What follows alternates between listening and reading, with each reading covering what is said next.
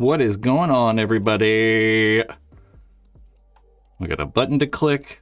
There we go. Hopefully everybody's well on this Monday evening. I don't know why I'm always like, Monday, right? I'm like, yes, it's always freaking Monday. Yeah, we got some paintball stuff, a little bit of stuff we get to talk about, and then we'll kind of wing it. I got some stuff set up. We are going to talk about the Tampa Bay Open that's coming very soon here.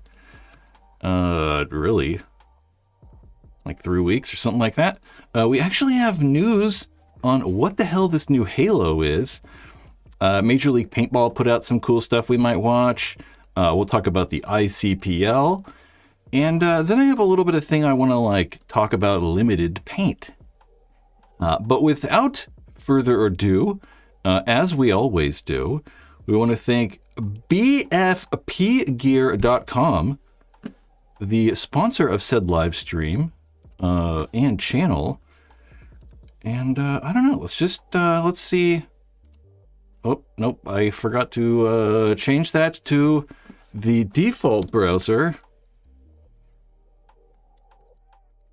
So let's just change that really quick.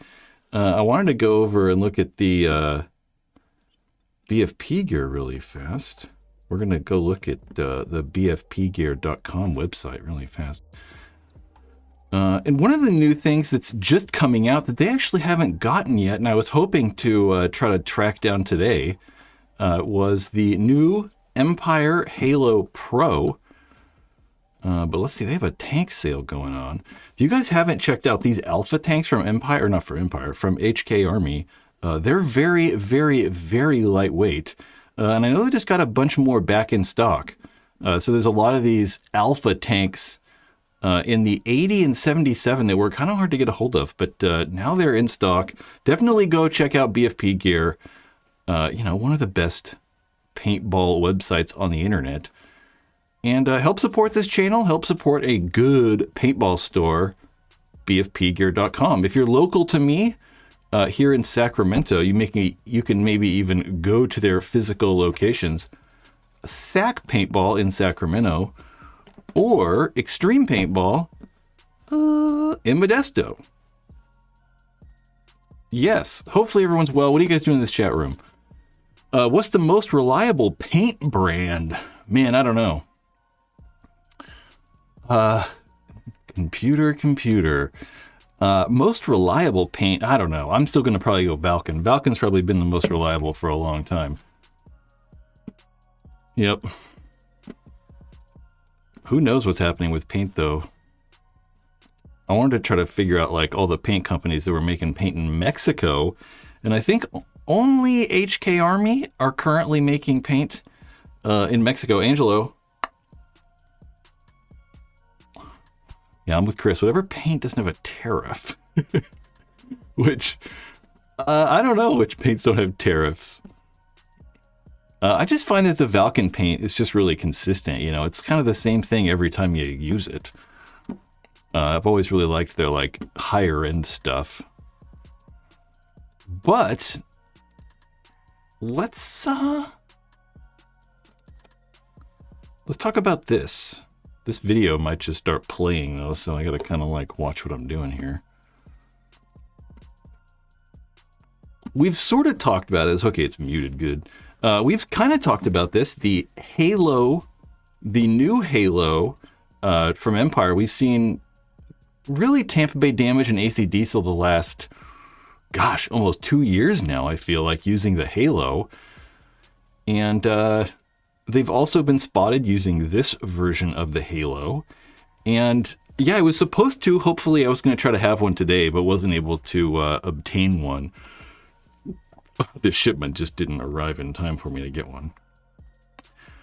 But right now, they're selling one version of this. They will have kind of two different things they're going to sell. They're going to sell an individual shell kit, but I'm not 100% sure what just the shell kit is going to sell for. I'm going to guess probably about $60. Right now you can buy, they're not actually for sale yet.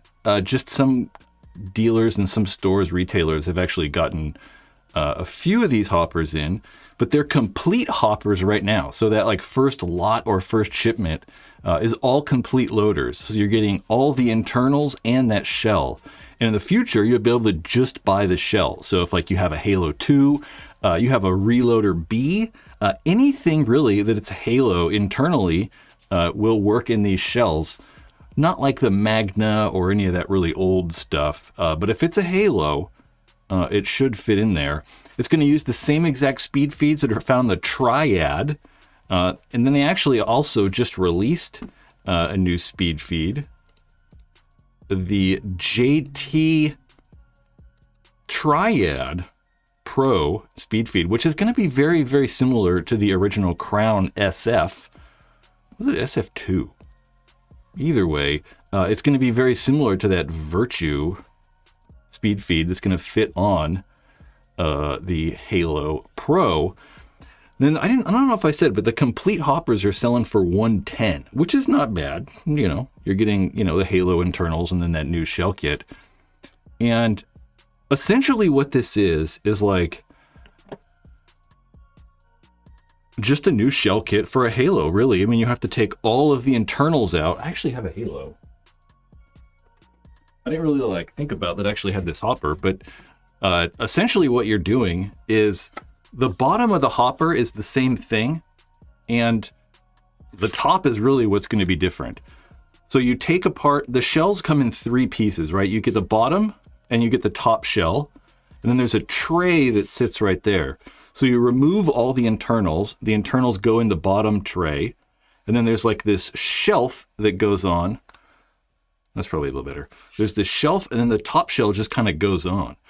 So it's pretty cool. It looks easy. The shells feel better. They're not as like brittly plastic as these. They feel a little bit more robust and maybe a little bit durable. But I don't know. You know, I think that there's some other good hoppers that are roughly the same price, right? I mean, we have the LTR, the rotors that are $100, and then we have the Spire IR2s, which are also in that price. Whether a consumer should buy this or a Spire IR2, you know, I'm probably still going with the Spire. It's probably not going to feed as fast as that Halo Pro because the Halos do feed really quickly. But definitely the Spire is probably going to be quite a bit lighter. It's definitely a smaller loader. While both holding the same amount of paint, these hold about 180. You know, Spire IRs are somewhere around that too. So it's not like holding more paint or anything. I just kind of like the Spires better. They're definitely easier to disassemble and clean and stuff like that. Where these come apart a lot easier, obviously, than the original Halo. It's still not as slick and simple as some of the loaders that are designed to be disassembled. Just like, say, that LTR, or certainly like the Spires. But I like it. You know, we're seeing competition. We're actually seeing new stuff, which is good. Semi-new, you know, it definitely is an old hopper that's just kind of been, you know, repackaged a little bit. What do you guys think? Who's buying a freaking Halo Pro? They look kind of cool. I kind of actually like the way they look. Maybe I just like the way they look because it looks like a Halo that's a little bit smaller. But I don't know if it's all that much smaller. Zach Root says, Valken graffiti at Jungle Saturday. Oh, Jungle. It was good. Yeah, I've always liked that graffiti just because it's always super, super consistent and it's like the same shape all the time.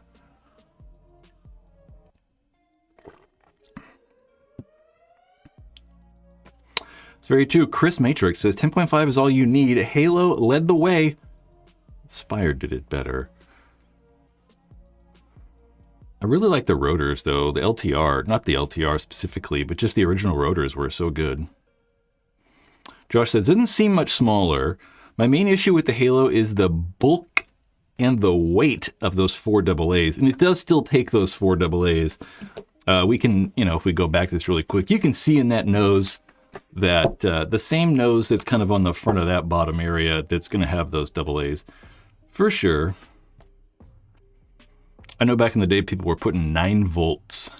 You could do a 9 volt mod But I don't think that those are lasting very long, and I don't know. Halo Pro. It's probably good for, the teams that have to use those guns and stuff like that. Or those hoppers, or JT Empire sponsored teams, mainly just because, like, they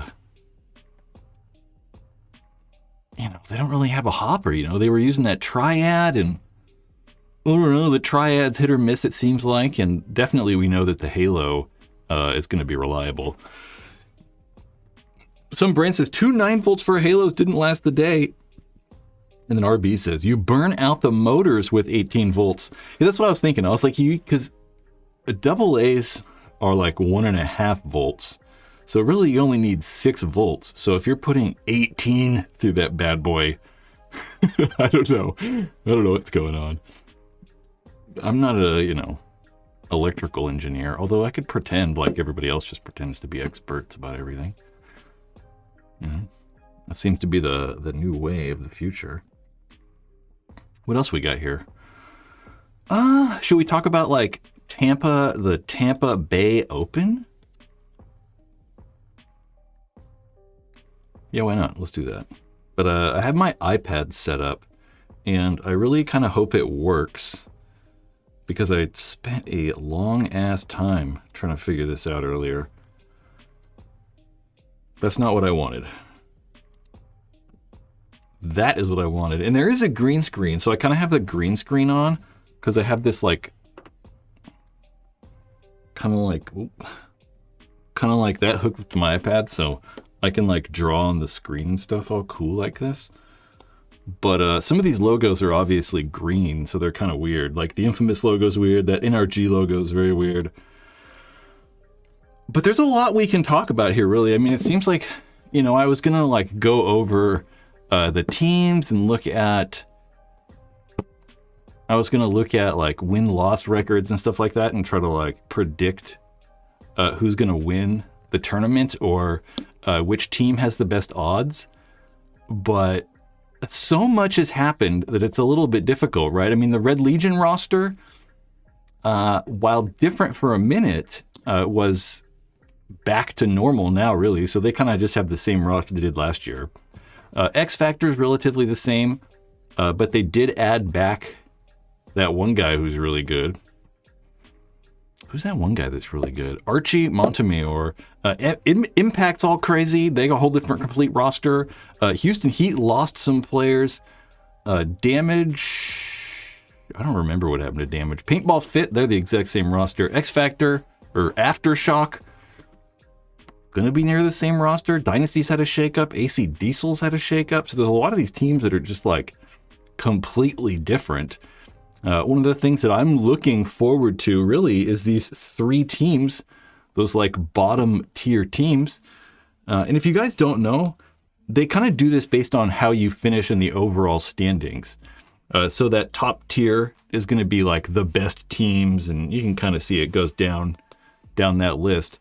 And then you play all these teams. So that means Red Legion will play Damage, AC Diesel, Aftermath, and the Royal City Sea Dogs. But what's interesting to me is just those teams, right? Because when we have the Royal City Sea Dogs, which are brand new, they purchased the Blast Camp spot. And then we kind of had a merger situation right there with the Tauntauns. The Tauntauns and Notorious merged. But it's, it's just all Tauntaun players, essentially. And then we have Leverage. Leverage won the Semi-Pro Division last year. So it's just interesting to see really 3 brand new teams for the most part. I mean, a lot of these Tauntaun guys have played, I'm like undoing and then redoing.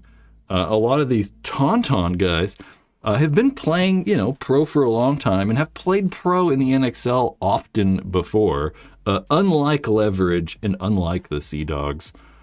Those are 3 new teams, but we also have Arsenal, right? I mean, Arsenal renamed themselves from Revo. They have sort of newish owner, Tom 4. He's owned Revo for a couple years now. And Tom 4 was actually previously the owner of another pro team, Arsenal, that was based out of DC. I think DC Arsenal, I believe so. the Northeast area at least. So we kind of technically have 4 teams. But it always makes it interesting, right? I mean, there's so much shaken up in the Pro Division. Just being able to watch some of these teams, you know, Impact's got all those guys. They got Tyler Harmon and Marcelo in over there. They also had Mouse for a second, but then he went back to AC Diesel. It's going to be a hell of a season. You know, I think that Red Legion's still so good that I would probably just be like, Red Legion's going to win.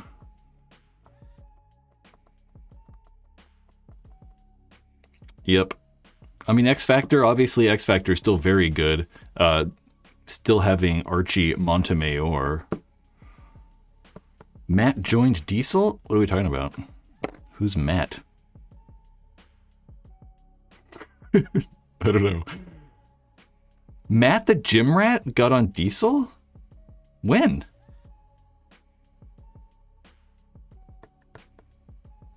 I know that they just won the ICPL. We'll talk about the ICPL here in a second, but I did not see that he joined Diesel, so that's crazy. That's good for him.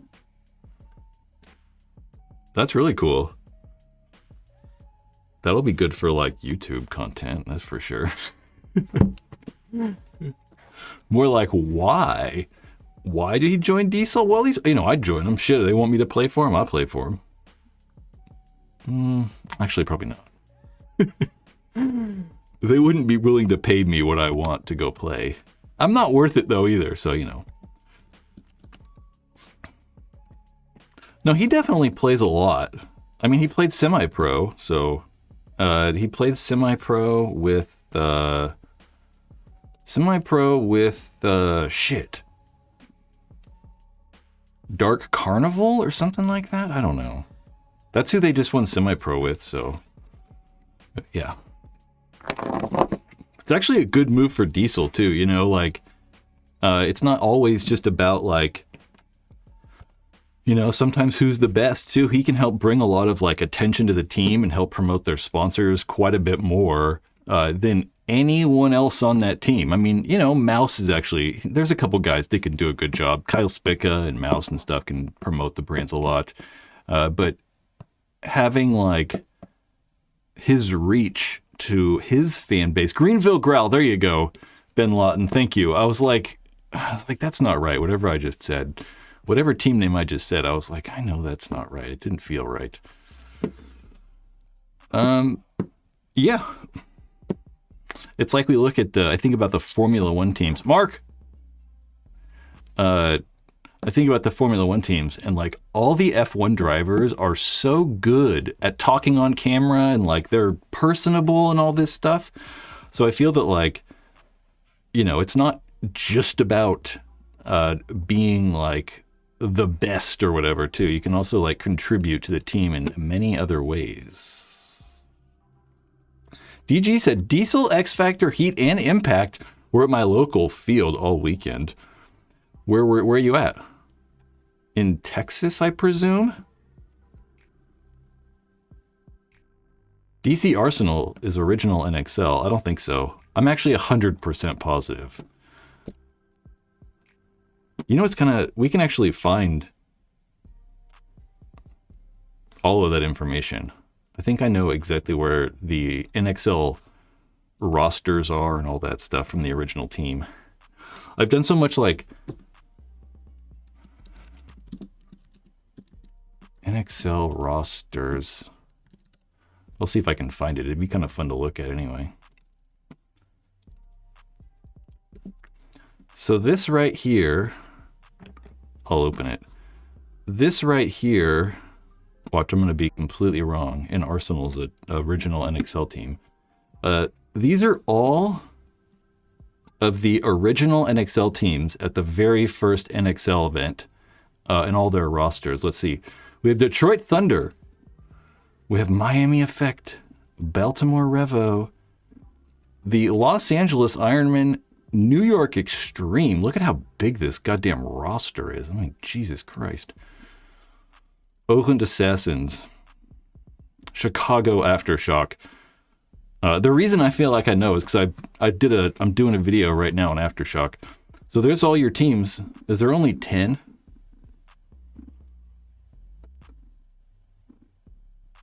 Yeah, something like that. Arsenal was really popular in like 7-man and stuff like that. Trauma, Revo, Trauma, Arsenal? I don't know. Is Bob Long on this roster? For the Oakland Assassins, there he is right there. Some of these people I don't know. I don't remember Sean Adams. I remember everybody else. Anyway. We'll see. It's going to be interesting, you know. We often talk about, like, I don't know. It's just, like, teams we, like, don't like the players moving around and all that stuff. And, like, sometimes we'll complain about, like, you know, how to make people stay on teams and stuff. But it's certainly interesting when guys are switching teams. And I think it makes it more exciting. It's like we can't say that, like, you know, no one's going to want to watch the Impact match or watch these Impact matches. I don't know why see how the pen changes? I don't know why. Like, who's going to... Nope, that's not Impact. That's Impact. You know, who's not going to want to watch these Impact matches because of their crazy, you know, roster changes? I want to watch Leverage. I really want to watch the Tauntauns. So it just makes it a little bit more interesting. That actually makes more storylines. And then there's just kind of like more stuff to look at, which I really like. It makes it interesting for myself, at least, you know. Let's make that go away. I like being able to draw on here. We like a classic...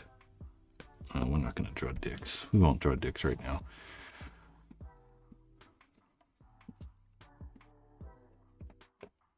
Yep. Ronnie D's on.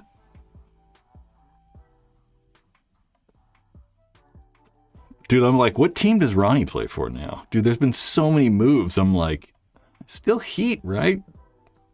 Because I know there was like, people were saying you're going to go to Aftermath and stuff. And I was like, that'd be cool. Not Aftermath. I'm sorry. Aftershock.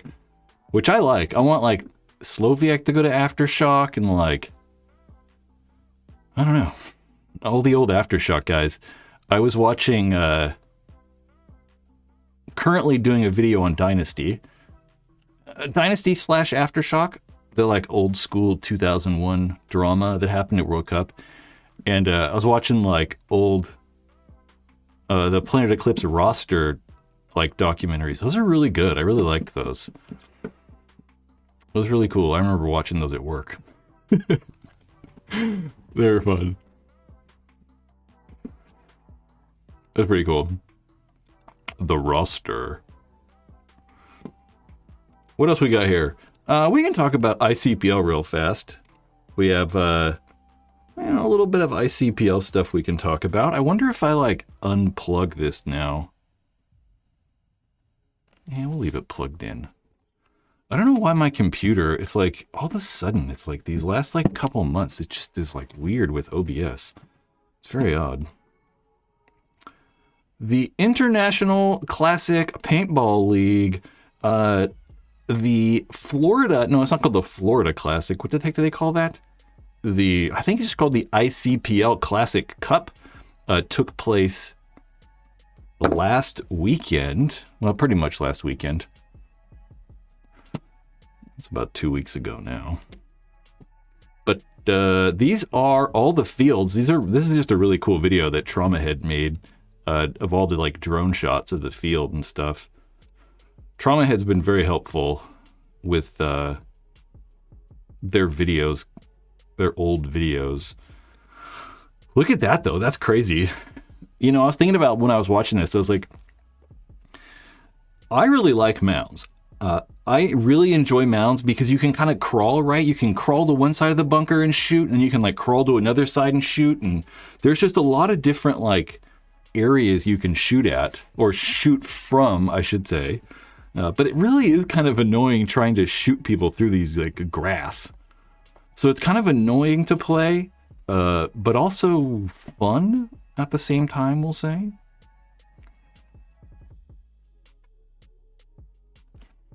Mounds. More mounds. Just a lot of mounds. Hyperball? A crazy hyperball field. You know, they've got all those like stand-ups in the back center. It's kind of like weird. It almost kind of makes the stand-up bunker in the back center probably useless because those big hyperball tubes literally right out of the back center. It's going to make it really hard to shoot left or right-handed. Like, look at that. You can't stand at that bunker, really. You know? The huge bunker is going to like, not the huge, but the same hyperball tube right in front of it is going to like freaking block everything out. That center 50 is pretty cool, though. I kind of like it.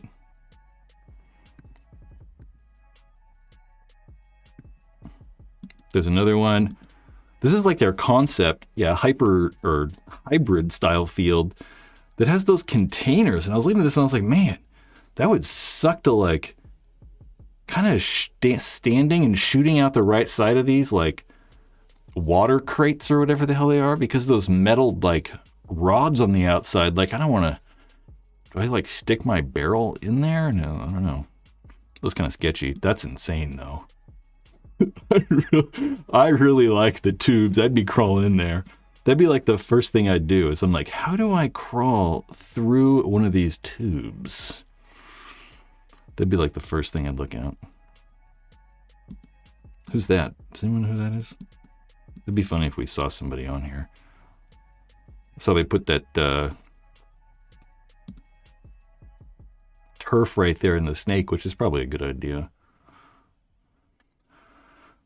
That field kind of reminds me of, I guess there's no fly-through. That field kind of reminds me of, I don't know, a classic hyperball field. So they have the, like, tubes going up the side of the center 50. But really, kind of wanted to, well, I don't know, we just talk about the people who won. So in 10-man pro, what is going on? Why is this not like, what the fucking Christ? What is going on? Why will this not play?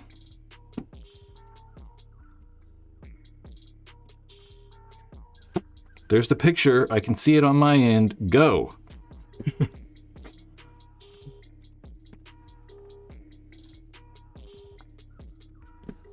Okay. Well, guys, I don't know. I set this all up and now it's just not working. I don't know. There's like technical difficulties literally every live stream. None of them work.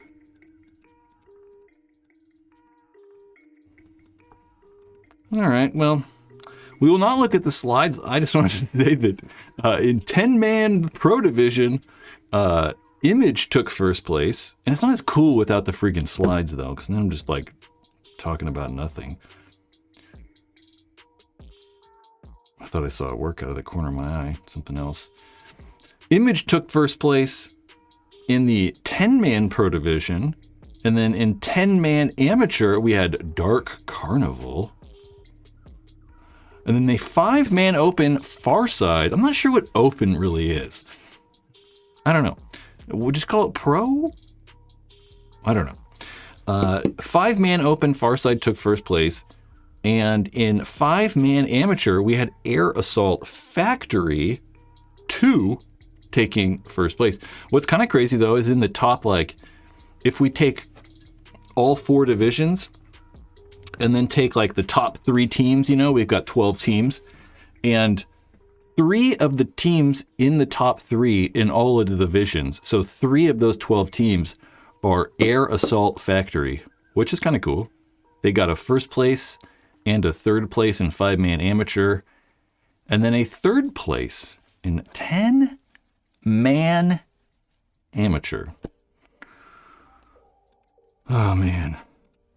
Damn slideshows. Maybe something got like weird and I can like reset or something. No?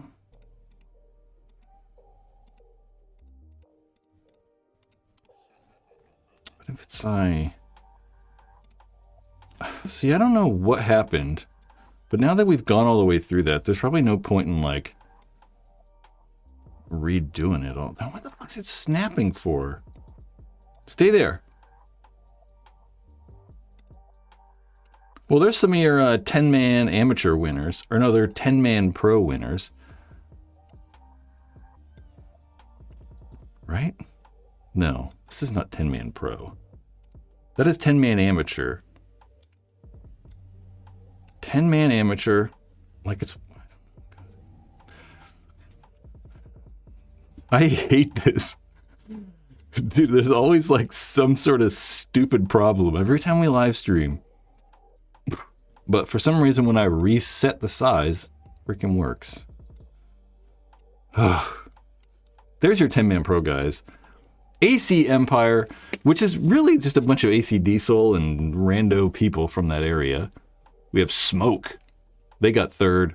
Image are in first. And Smoke's a really old team as well. Smoke is one of those like old school 10-man teams from back in the day. Okay. Turn off autoplay. I don't know if autoplay is the problem.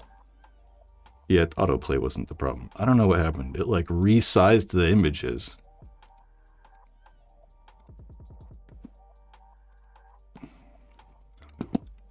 Brimstone Smoke. I'm like 95% sure, right? Isn't that the same thing? I'm like 95% sure. Who else is in here? Nick Sloviak. Sir, he might know. I've done that. Sometimes I'll let it sit for 10 minutes. Oh, you know what I have? I forgot about my hot water.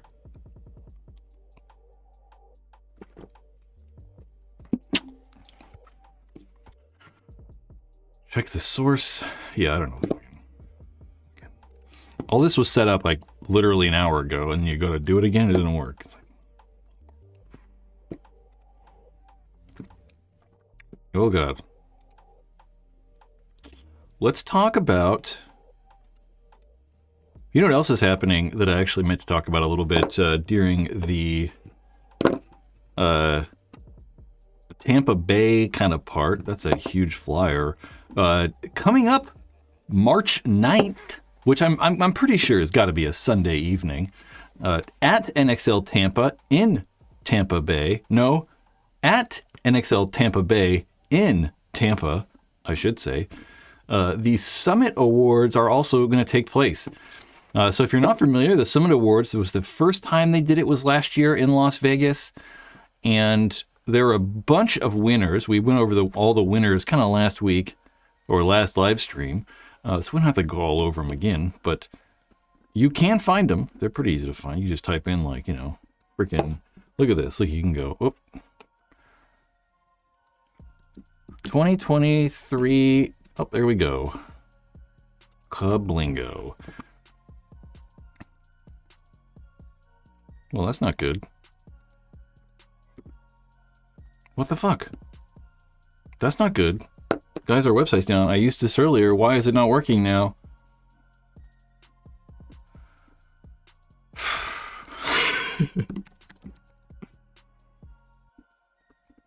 Why was that page not available? Look at it, it's right here. I don't know. We're going to the wrong one. But last year, Icon Player of the Year, which is kind of, I guess, MVP at Marcelo. But there's a lot of different categories for everyone, really. I mean, we got scenario players, you got industry awards. I went all the way to the bottom. There's like a media award area. There's a referee award, which is really cool. I think that giving props to the refs is a very important idea. You know, these guys aren't getting paid a lot of the time. They get a little bit of money, but a lot of the refs aren't, you know, making money. So giving them like their due is really cool.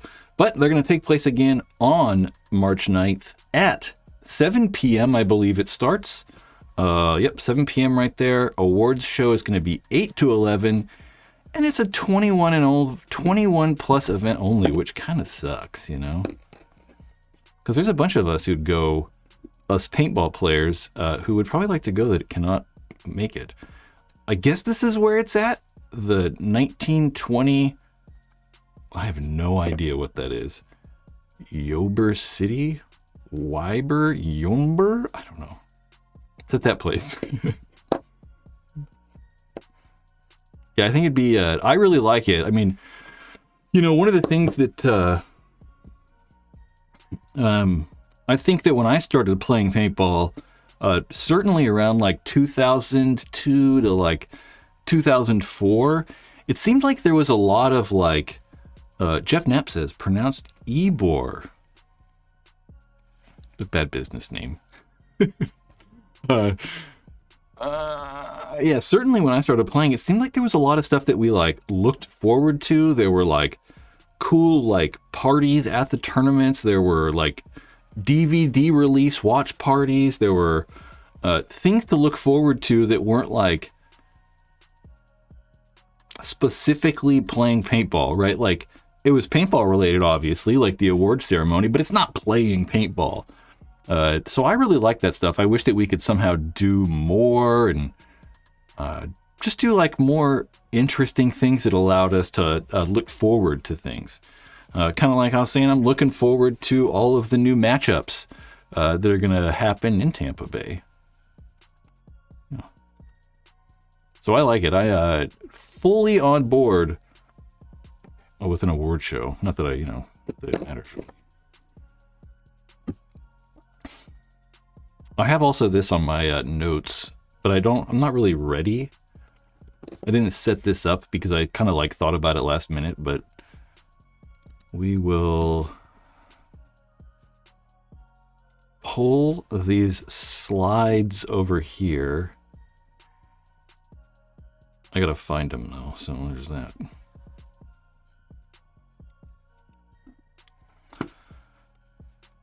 So these are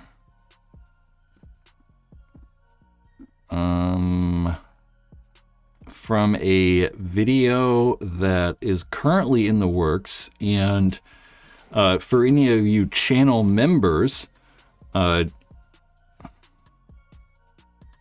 you can't drag them like that. For any of you channel members, they will, or the video should be up very, very soon. Jesus Christ, that's huge.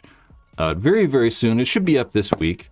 And then should be available to everybody else very, very soon. And this is just crazy to me, right? When we actually look at these things, so there's two things here. We have NPPL wins, but we can't really see that. It's kind of hard to see a little bit, isn't it? I'll just make them a little smaller. That's a little better. NPPL wins. So this is since 2003. 2001, I'm sorry. So this accounts for 10-man. So like 2 years of 10-man.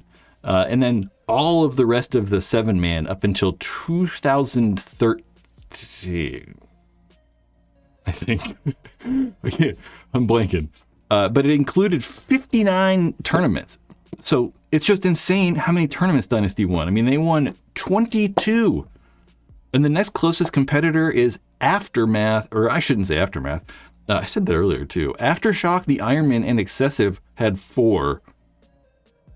So obviously some of these teams like Excessive didn't play 10-man, but certainly Aftershock and the Ironman did, and probably played just as many tournaments. I would say they did play just as many tournaments through this same exact time span as Dynasty. So they're like a dominance in NPPL is kind of crazy. They had 7 titles next to the Ironman's 4, which also say that the Ironman's titles were also all during the 10-man era. And I have also this one. Oh my gosh. That's not what I want to do though.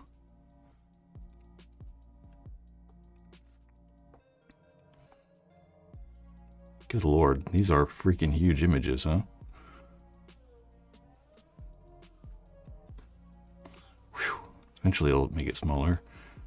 The PSP, I mean, they weren't as dominant in the PSP, but it's still kind of crazy. They have 25 wins. So this is PSP and NXL. So we're going to say like X-ball format. They had 20, or do have 25 wins next to Red Legion's 15, and followed Impact. I mean, you can see those teams. It's just kind of crazy, really, how dominant they truly have been. I made this cool pie chart one. Bingo. Where, look at that. I mean, it really looks like Red Legion, Impact, and Dynasty have pretty much won every single tournament. It's kind of crazy. And it's wild to think that, you know, these other teams have only won like 5% of the tournaments or something, when Dynasty is literally at almost 30. So I don't know. I just thought that's kind of crazy. Yeah.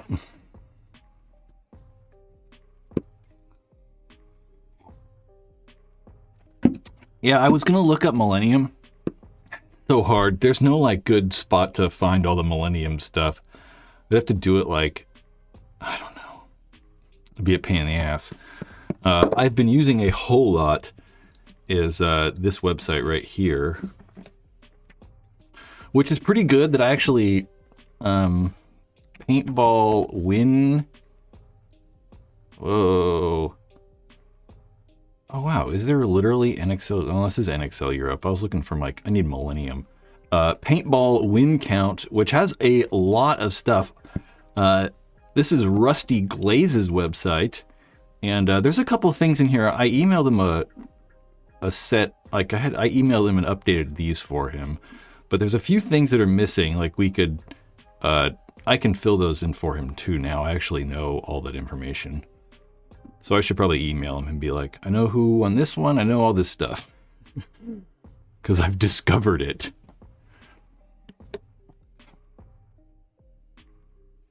Love me a good pie chart.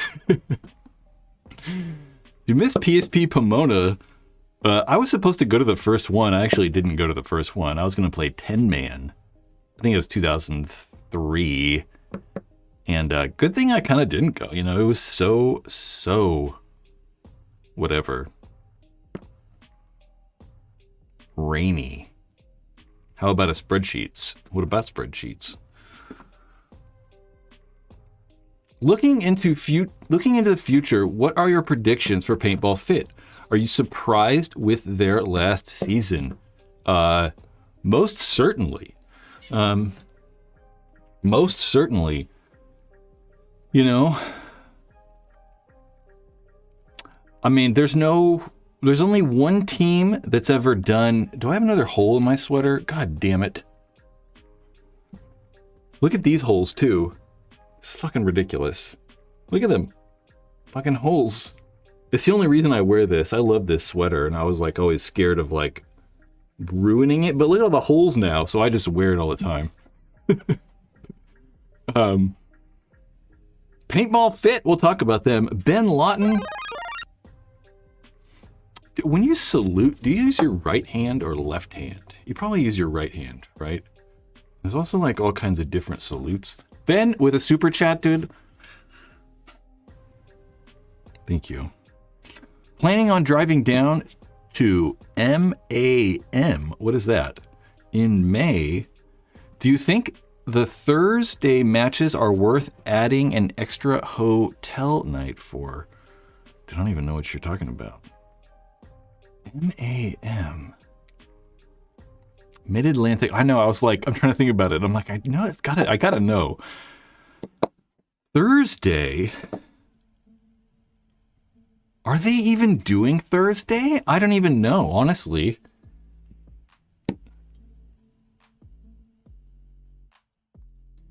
You got me all confused.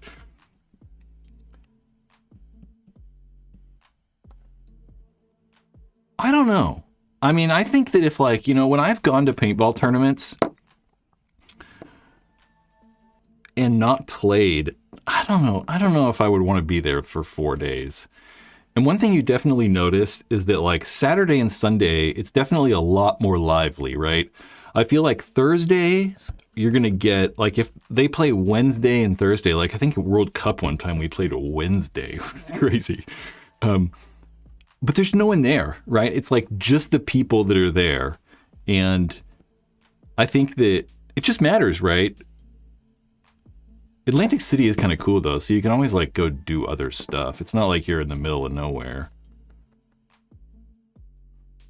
I mean, there's definitely practice, so you can for sure go watch practice because they'll have like a couple fields set up for practice. I don't know if they're doing an exhibition. I honestly don't know. I'm not sure.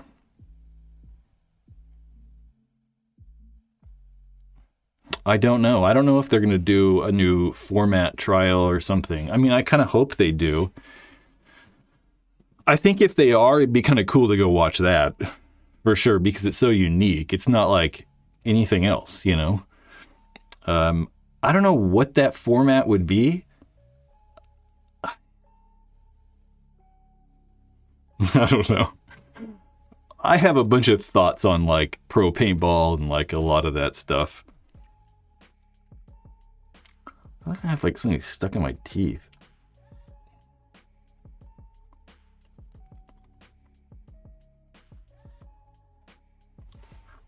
I don't know. Oh, I do have something. Probably a bean from chili earlier. This brings up another topic though that I don't know. I kind of made some notes on. I was going to make some other stuff, but we'll kind of just go through it. I'm just going to riff. So one of the things that I've noticed a lot with paintball is that when there's a video that goes like viral on Instagram or whatever, a lot of the comments on there when it's like pro stuff is no one gets it, right? I mean, they look at it and they think it's stupid because we're wasting so much paint. And I tend to agree. You know, I think that a lot of us don't like the layouts that encourage sitting, right? And they don't encourage movement, which has been different as of late, these last like few years. I think the layouts have been designed very, very well for encouraging aggressive play and encouraging quick points, and they're not too drawn out. But I know all of us hate that like just sit and shoot thing. Like, I don't like it. You know, I don't want to do it as a player. I don't want to sit and just shoot this gap for 5 minutes and just like hope a guy runs through, you know, like that's just the dumbest shit ever. So I really, really think that we should go to limited paint, right? I know that we've tried it in Europe, but I think that it would kind of like help a few things. I put down strategy for a pro, right? I think it forces players to think a little bit more critically and think a little bit more about those shots, right? I mean, you don't have 14 pods on your back. You only have whatever we're going to say. You have 3 or 4 pods in a hopper. It's going to like just require you to make the shots count a little bit more. You're not just going to like spray and pray at everything. I also put it rewards precision, which is about the same thing. You know, you're going to want to make sure those shots are good rather than, you know, shoot a whole hopper at a guy, which is also skill. I put skill emphasis. It shifts the focus from quantity to quality, right? So instead of just spraying and shooting, you know, 4 cases of paint a match, you know, you've got your 3 pods in a hopper. So it's going to force you to actually take those quality shots, which is, you know, the same kind of thing as strategy. Obviously reduces cost. I mean, if you're not, you know, shooting 130 cases of paint at a tournament, you know, you can get that down to 50 or 60, you know, it's going to be thousands of dollars for teams. $2,000, $3,000 less just in paint. Maybe not 3. Yeah, like $2,000, $1,500. I think it heightens the stakes, right? Making it limited, you can run out of paint faster. So it makes it a little bit more like intense, right? Like, are they going to be able to maintain their paint? They've shot too much. Now they don't have any left. It kind of just makes it a little bit more exciting and I think adds an additional layer. But my big thing is that for me as a player, I don't think it matters all that much, right? Like going to 4 pods to 12, I don't know. I think that we kind of just adapt and would kind of figure it out. So I think that for players, it's not as big a deal, but I think externally is where we're going to see a lot less of the weirdness, right? I mean, paintball just looks wasteful. It looks excessive, right? We're wasting all this paint, and it kind of like counteracts the like notion that people have that paintball is extremely wasteful, which it is. I mean, we waste so much paint. It's crazy. People don't understand why we shoot so much. And honestly, we don't have to. It's just because we can that we do, right? I mean, if you had 4 pods, you wouldn't be shooting constant nonstop the entire game. And I honestly think it just looks dumb. I mean, we're wasting so much paint. Most people think it looks stupid. So I think from the outside, limiting paint is also a good idea. But it's not so limited where you're going to be just one-balling, right? So it still kind of has that element of wastefulness. But for some people that like is appealing, right? Like I kind of like the like really fast shooting, but not all the freaking time, not the entire game. Where obviously some players are not going to like this though, right? Like there's going to be player resistance from players that have been playing for so long. We're so used to being able to use unlimited paint and being able to shoot whatever you want that it may be difficult to get players on board and people on board. But I think a lot of people have kind of come around and are a little bit more receptive to using limited paint. One of the problems, though, that we have seen, that they have done limited paint before. It happened in Europe. Truly, I don't know. They could still be doing limited paint in Europe. But one of the things we have for sure seen is that, like, when you don't have a ton of paint, you might be a little bit more cautious, right? We think about maybe those long, drawn-out points where, like, you go 4 minutes in and 5 minutes into a point, and if everybody had 15 pods, you'd still probably have paint left. But if we're 4 and 5 minutes into a point and you only have 3 to 4 pods, you might get really, really low on paint, and it can cause everybody to get low on paint, and then everyone just kind of sits because you don't want to, you don't have any paint left, so you can't really, hold someone in, or you can't really do as much stuff. So it does kind of run that risk of possibly making the games a little slower, but I don't really think that it's that big of a deal. I think that that's more of a layout situation when we're seeing those really, really long points. I mean, if you asked me, I think that we should probably try it in the pro division first and then trickle it down into the divisional things, or maybe even take a poll. The NXL could take a poll, or just talk to the divisional players and try to figure out if they would even want to do that or not. I personally would like to see 2 pods in a hopper. I know that'd be hard, but I think we could try it, right? I think that going to 4 pods in a hopper to start with, or 5 pods in a hopper, and then next year maybe we'll go down to 3 pods or 4 pods and just kind of keep trickling it away until we get to very limited paint. One of the things we always talk about is paintball is so expensive. Reducing the amount of paint that we shoot in every point would reduce the cost of tournaments. It would reduce the cost of practice. But then the paint companies wouldn't make as much money, and, they really do need to make money. Yeah. What is my summary? I wrote this little quick summary thing. So I think it enhances skill. You're going to reduce weight or waste. You lower costs, and I really kind of do think it makes it a little bit more exciting. I think it improves the image of paintball. It doesn't look so stupid on camera. But we do definitely have a challenge of overcoming just the way it's always been. I like limited paint. I think we should do it. That's my spiel on limited paint.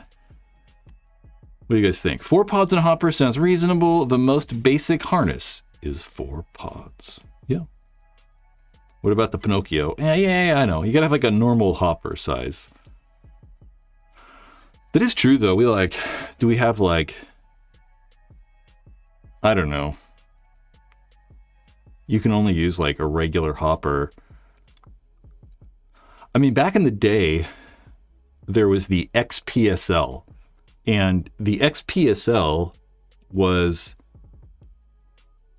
essentially the league before the WCPPL. There was actually the Pan Am, and then it was the XPSL, and then the WCPPL is kind of filled in that spot on the West Coast.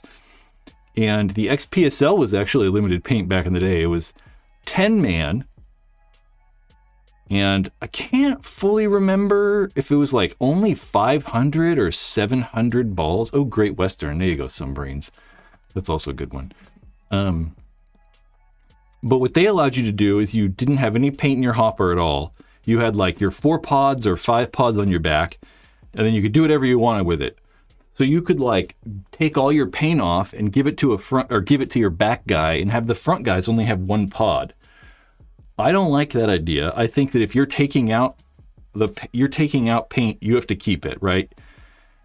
When the game starts, maybe you can hand it off if you want. Like you can drop a pod on the ground or whatever, and just, if someone wants to come by and pick it up, but you can't trade before the start of the game. We could also get rid of that hopper problem, right? Where send out guys, you can't have paint in your hopper. Every hopper's got to be empty, but you can take 5 pods out. So you essentially, just put one of those pods in your hopper, so you can just start with a pod in your hopper, and then you got 4 in your pack. That could also probably like solve that problem of like, well, I got a 280 round hopper, and this guy's got a 170 round. So it could kind of even that out. But then as well, I mean, you have to standardize pods as well, because there's some pods that, are higher capacity than others. But most people are using just, Gen X, whatever kind of pods. I don't know. I mean, I think that tournament paintball's dead in the water, and I think that tournament paintball's kind of been dead forever. I don't believe that for the non-paintball player that paintball is watchable. And I don't think that we're going to be able to do anything that makes it more watchable. I think that if we play 5-on-5, it's unwatchable. I think the only way to make it watchable is 2-on-2, or not 2-on-2, 1-on-1s. I mean, you could do 2-on-2s maybe, but I think that 1-on-1s is the only way to make it watchable. And I don't know if 1-on-1s are really that interesting. I think as an industry, we've been pushing this tournament paintball far too much for far too long, because a lot of people don't want to do that. You think about like people that are interested in paintball, and they always think about like the woods and like crawling around, and like that's really what people want to do, but we kind of keep pushing this tournament paintball thing on people. Whereas I think that if we focused on like the woods and just having a fun time and creating a good environment and it just being fun, right? And not worrying about it's got to be tournaments and whatever. I think that it could help paintball, because a lot of these tournament players, you didn't probably see tournament paintball when you started out. It was maybe after you played a few times or whatever, and then you got real into paintball.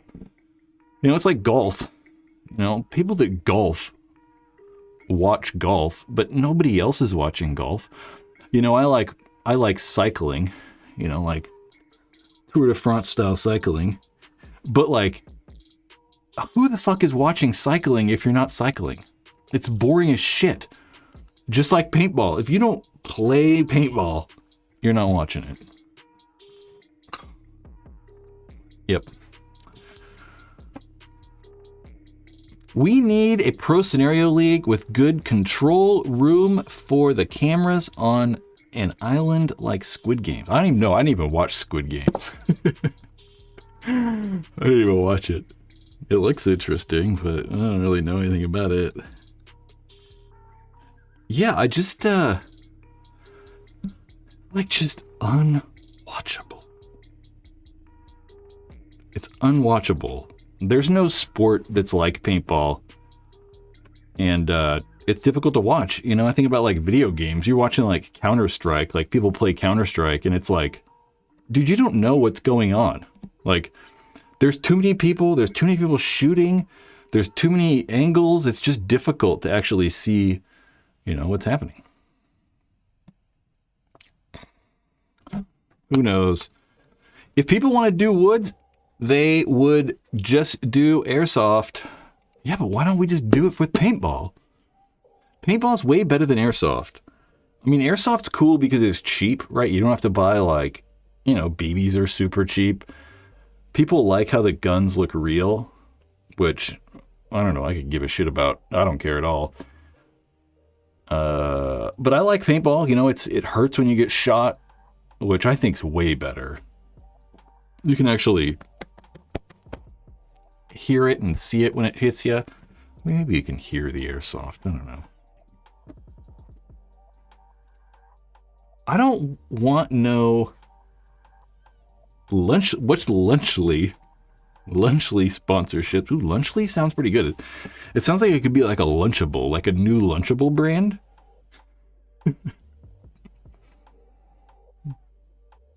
How to be relatable. What you played at your birthday party or bachelor party, for example. Yeah, just paintball.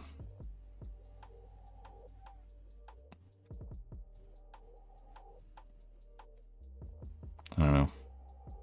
That's my take on limited paint. Who thinks we should do limited paint? Let's start a poll. Limited. Let's do the pro. Limit paint. God, I cannot type. Limit paint in the pros? Yes or no? I'm going to put yes. Can I even vote? Oh, it can. It will let me vote. Vote away!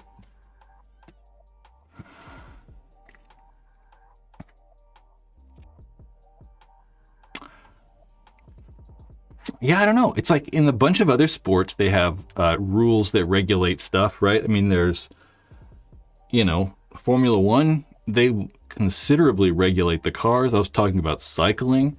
In a way, they limit the bikes. There's a bunch of rules, the things you can or can't do to bikes. But at the same time, you know, it'd be really cool to see like unlimited, you know, race car series, which they've done before, and lots of people died, so they stopped. So we thankfully don't have that problem. That's the thing. Price of entry is way lower, and a lot of people use it for actual practice when it comes to real tactics. The airsoft field where I live has hundreds there every weekend. Where do you live, Sam?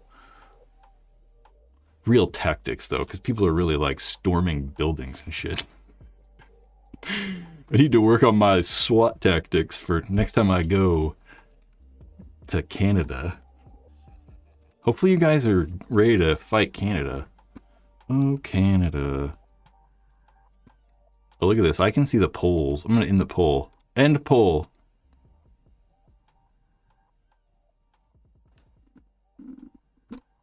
There it is. 84%. Yeah, the whole reason I brought it up is because like there's been rumblings about limited paint recently. And I don't know when they would do it, though. Obviously not this year. I think that you'd have to announce it already if they were going to try limited paint, so. Yeah, I kind of hear you about unlimited rate of fire, but it's just kind of stupid. I mean, do you really want to shoot 30 balls a second? It's just kind of ridiculous.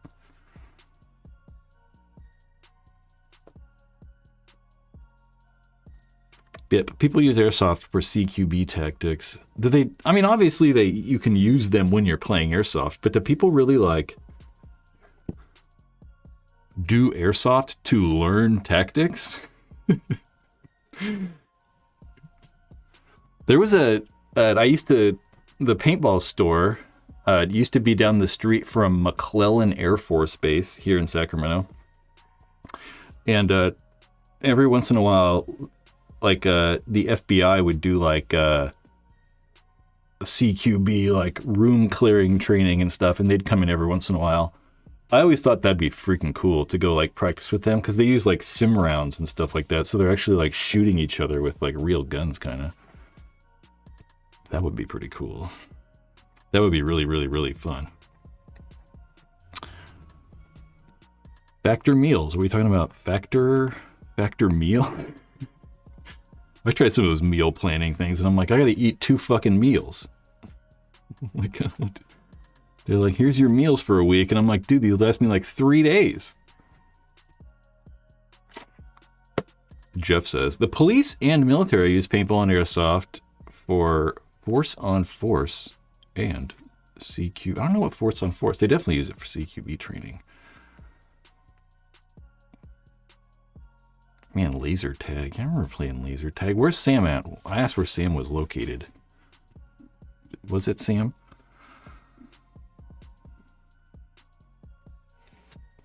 I don't know. Oh, Sanger, Texas. I don't even know where that's at. D14 Airsoft.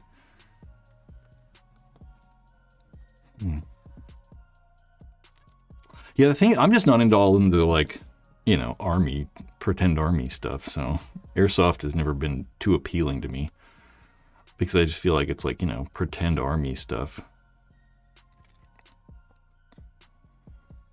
Would love to see a YouTube match with the Navy SEALs versus Dynasty. Yeah, it wouldn't even be close. Wouldn't even be close. Some brains. My dad was a sheriff's deputy. Yeah. Someone just made me remember something.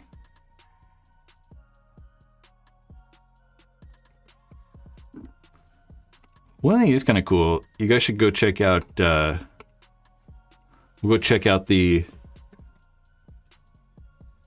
Major League Paintball YouTube channel, and for that, you know, ESPN filming they did,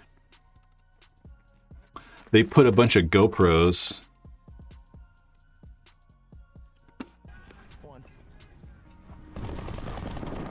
They put a bunch of GoPros on guys' masks. I was gonna say on their helmets.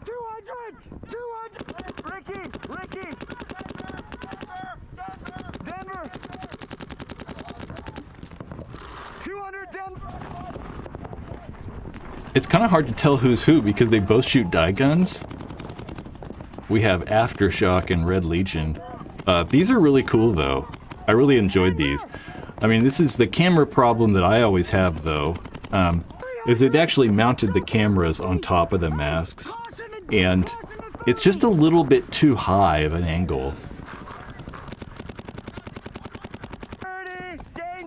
Think like when I use my camera, I put it like in my mask, so you're seeing like legit first person view.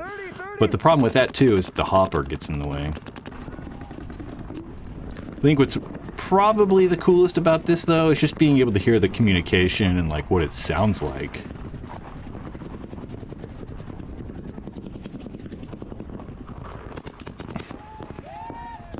Shot somebody.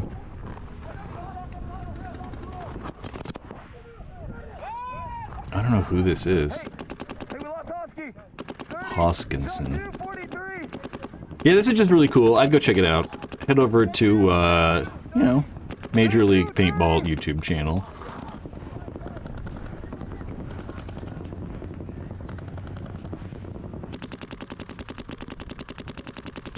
Yeah, the angles are a little wacky. But you gotta think this is the first time they ever tried this. And I don't think that you're gonna get a lot of players that would wear the camera like I wear it because it's such a pain in the ass. I wouldn't want to wear it during this either because it's hard to see. But I definitely think that a camera could be made.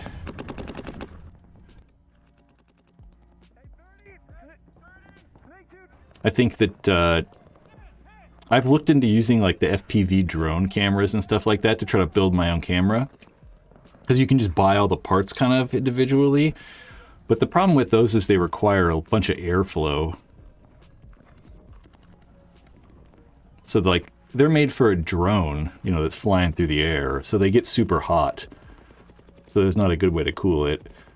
But I've always wanted to. I've always thought about like disassembling a GoPro, and you could build a mount, you know, to hold the lens right in the mask, and it wouldn't probably be that big.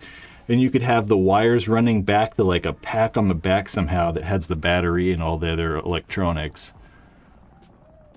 That's probably going to be the best way to get like a really small, good first-person view. But what I'd really like is the same way I do it too, honestly. You have that goggle camera, and then you actually have one on the barrel too. And then you can switch between the two. Like right now, you'd use this view, but then as soon as you go to shoot, you can switch that camera angle to be the barrel one. It's also the same problem that I have. It's just so wide, you know. It has to be a wide lens, and you can't see because everything's so far away in these wide lenses. It just makes it difficult to see stuff. But go check them out. Go to the Major League Paintball page. They put this one up.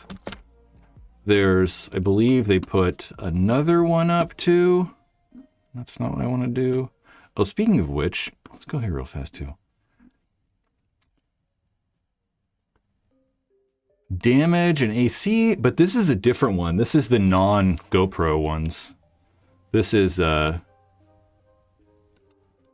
just a regular match, but they have like just audio, raw audio.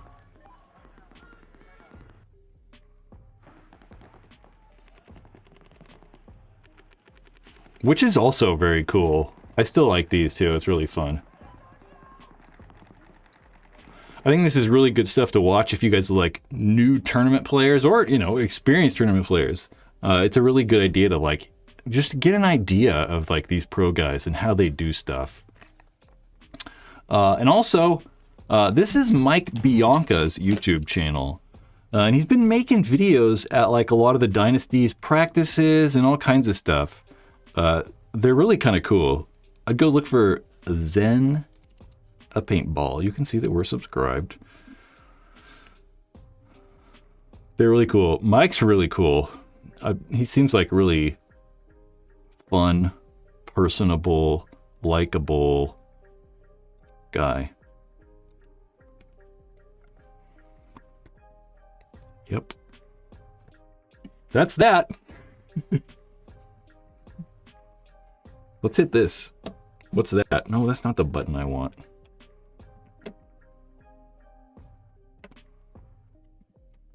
That's the button I was going to hit. Nope, that's not the button I was going to hit. Son of a bitch. This is a button. That's the one.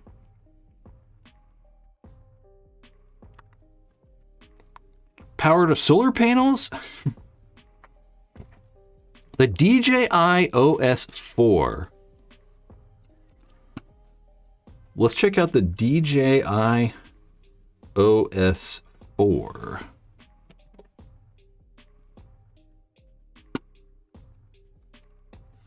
Oops.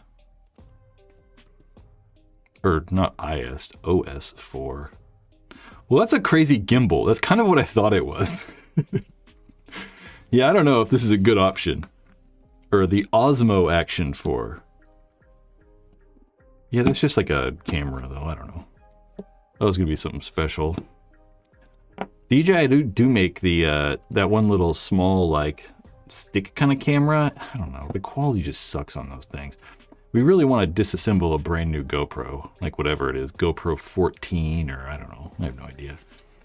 Joshua Herman, what's the deal with that Hertz sponsorship? Anyone know how that came about? Just sales, you know. I assume there's just an outside sales. There's a salesperson at the NXL or Major League Paintball that's contacting companies and just trying to find sponsorship. Really, I mean, that's about it. I think that this is they've done 2 years. I want to say 2023 and 2024. There was the Hertz bunker.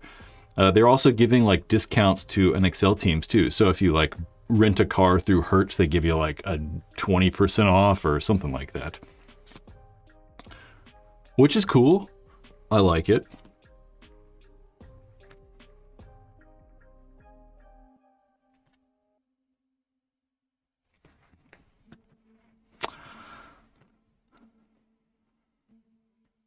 Guns and Steel. I like the idea of raw audio. I find the commentary on pro games annoying. Yeah, sometimes. They're just different. They both serve their purpose. Yeah, Aftershock is also sponsored by Hertz. I don't think that there's like a... I mean, obviously there's, you know, paintball teams, there's a connection because they're a team in the league and stuff, but I don't think it's like Hertz and the NXL are sponsoring Aftershock. It's not like a package. I think that I would assume that the Hertz bunker is a separate sponsorship from the Aftershock sponsor. What probably happened is like Hertz got the bunker and then they contacted Hertz to sponsor the team, and they're just, you know, kind of separate in a way. Which is cool. I mean, outside sponsors are awesome. You know, it's like the Dynasty Intel Rockstar sponsors. Steve, I'm with you. Kaiser Permanente sponsorship. No. Who knows what's happening with healthcare? Well, I might not have health insurance by the end of the week.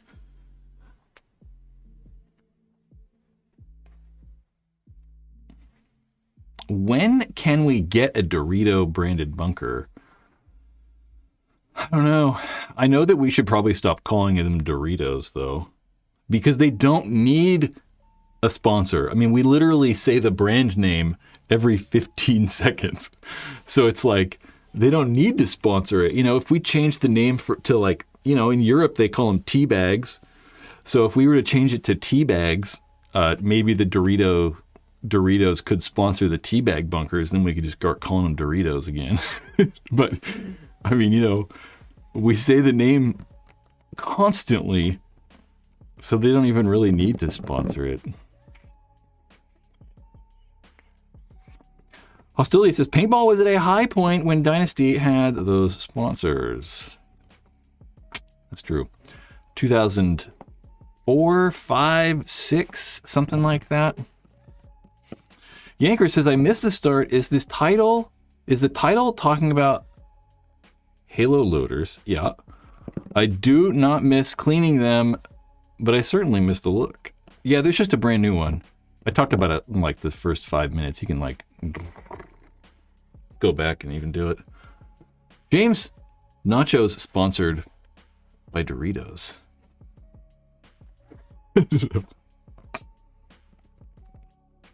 Celsius? I think we should get a Prime. I don't know. I have no idea. Outside sponsors are good though, that's for damn sure. But I don't know. My thoughts on pro paintball. Yep, I talked about everything I wanted to talk about. Oh, you know what I totally forgot? I set the smoke machine up. Ooh, I can feel it actually. Kind of warm. Ooh, it's kind of creepy. Ooh, speaking of ghosts. We get a Prime sponsorship. I don't know. Trying to think of the most crazy companies possible. Yeah, Balls back in the day. You can still buy that stuff too, I'm pretty sure, right? Balls.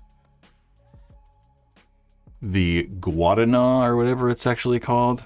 Oh, a Pornhub sponsor would be good. But then we couldn't have the tournaments in Texas though. You'd have to use a VPN to go to the tournament. Do VPNs even work for that? Because there's ways they can like not, you know.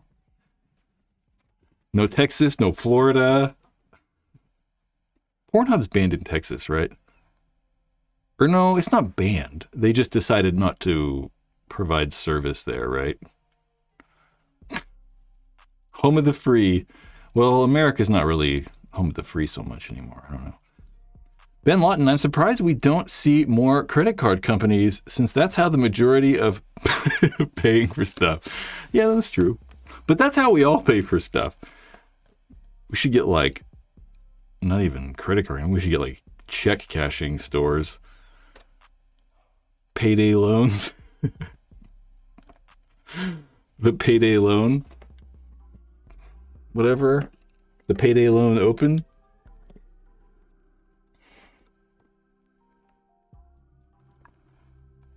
Liquid Death would be good though. I thought it was funny the other night watching the Super Bowl. I mean, my God, to watch the Super Bowl was a goddamn fucking...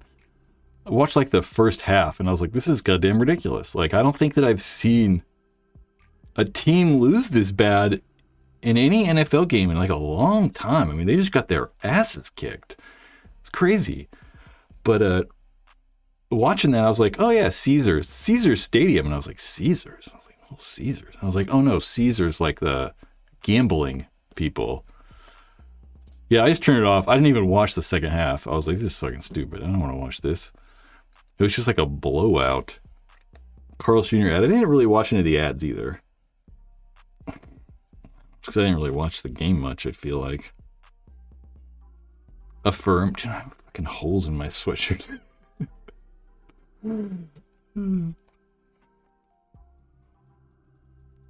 It's so like hazy in here. It's like hard to see. Ads, I'll do an ad. You guys want to buy some headbands? You want to go help support the Paintball Ruined My Life experience? Go buy some headbands. Headbands are $30. All of these might not be in stock, which is good. Headbands are $30, and there's a 3-pack on there for $75, which is a very good deal. $75 will buy you like 80% of a Hormesis headband. So you can get a very good deal. Headbands, they're 100% denim, 100% cotton, except the stitching. I mean, it's possible the stitching isn't. You can find them at paintballruinedmylife.com, or just follow that link right there on the screen. There's a link in the description. There's also some burl covers over there. Burl covers. Barrel covers. There we go. Barrel covers. There's a whole shitload of barrel covers. There's like 30 different barrel covers. They're $7. Also a $15 3-pack. Go buy some merch. You know, it helps support this channel. It helps bring you paintball stuff, really. Shit. Gotta make money, you know? Gotta pay them prostitutes somehow. Mountain Dew commercial was awesome. Yeah. The only one I remember is with that one dude and his eyebrows flew off. I was like, damn, that's kind of funny. That was kind of funny. Although I hate his son. Whoever that guy is, I don't like his son. Chris Martin, is the new brand moving forward, or is it back on the draw? I don't know, dude. I've got so much going on right now that we're still going. It's just other stuff's been happening. It's still going. Still don't. It's good to say the new brand, because I don't even know what the company name is going to be. I keep like going back and forth with that. And then there's so much competition within this, like, you know, paintball space with certain types of brands that I've thought about like trying to like partner with a company and stuff rather than like starting my own company. Try to figure out how to like maybe become a partner with somebody. Some brands doing the semi-pro streams, probably not. I will probably not be announcing semi-pro. I told them the dollar amount that I wanted, and it's probably not happening. Definitely not happening. I mean, maybe. If it does, I might, you know, just do that. Joshua Herman, what do you do outside of paintball? Oh, man. I got a bunch of hobbies. Most of it involves being outside. So I like being outside. So, yep, I'm into road bikes. I got a mountain bike. Well, no, I don't have a mountain bike. I have a road bike. I have a gravel bike. So I definitely like bikes. I like running. I like backpacking. Shit. sports. You know, I'm into basketball. I watch basketball. The Kings basketball starts in 5 minutes. So I'll be watching that in about 30 minutes. Yeah, I don't know. I got a lot of hobbies. I'm into botany. I like geology. Mostly outside stuff. Oh, yeah. Mainly outside stuff. Is it worth picking up a ProFlex or recommend another mask? Worth it's weird, right? Worth it's one of those questions where it's like, is it worth it? You know, people are always like, is it worth it? I'm like, oh, dude, how much money you got? You know, but I would say the reason I say worth it is because, like, you know, the ProFlex is inexpensive. It's not like a $300 mask. So certainly I think it fits very well in that price, and it might be still the best mask. I mean, it breathes the best. I think it's very comfortable. It's lightweight. They're simple, which I like. But I think if I was purchasing a brand new mask right now, I've got Carbon Zero masks over there. I really like the Carbon Zero, mainly because it's just as breathable as the ProFlex, but the lenses come out way easier. You can, you know, replace the foam really easy. It's just a more modern mask that breathes well. You know, I could say that the carbon masks are kind of just like a modern version of the ProFlex, you know. JT did try it with their ProFlex X, but it was never really that popular. It was actually terrible, so nobody bought it. But the carbon mask is kind of like what maybe the ProFlex X should have been, where it has like all that good modern stuff. But it is definitely more money. It's about twice the price. But you do get, you know, 2 lenses sometimes. You get the mask case. So you do get, like, you know, some extra stuff that can kind of help justify that cost, we'll say.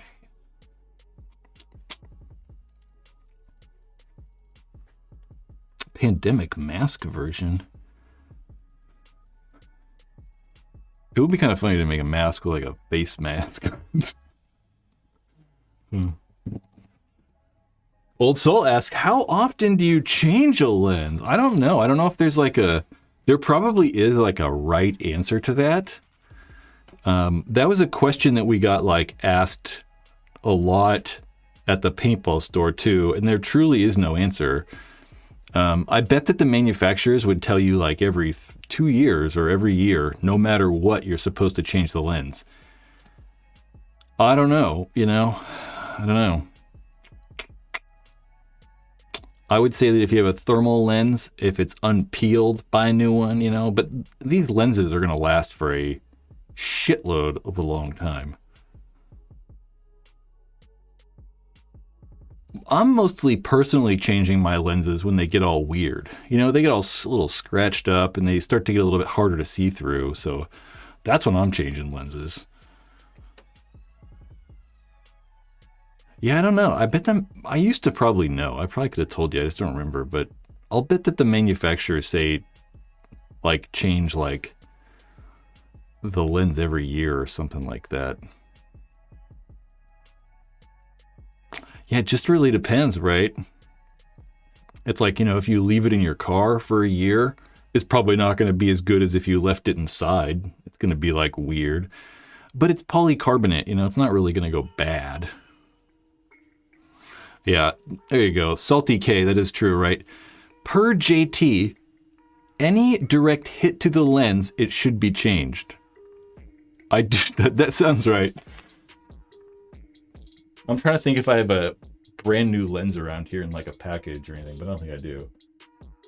Because it probably says it on the back of the hang tag, on the back of that cardboard tag. Yeah, I think that they do that too, probably just so they can like limit their liability, right? They're like, fuck it, let's just change the lens every time on here. So that they're like, well, yeah, you know, you got shot twice. That's, you know, it's gonna, you know, break.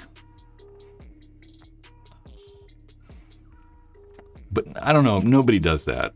I assume it's just like a liability thing. I don't know. I wonder, there probably is like a limit though. I wonder what like the standard is. There probably is like a thing that's like, every certain amount. Old Soul says, I change them every 2 years with Rec Play, and if I get blasted up close, I'll change them. Just wondering for educational sake. I mean, you're doing the right thing. I mean, I truly don't know the real answer, so... Because I don't know if there really is one, you know? It just kind of depends.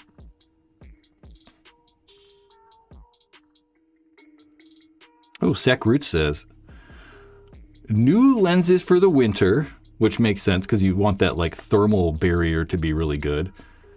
And then you just pull that thermal barrier off and you're like a really clear one for the summer. Although, I don't know. I feel like I'd probably still fog the lens sometimes.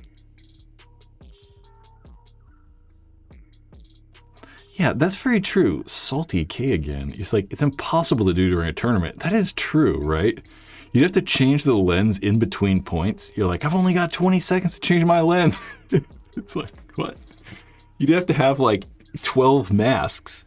You'd have to have a mask for every point. So you could just change masks. And then at the end of the match, you could change all the lenses. You'd be spending like $500 on lenses.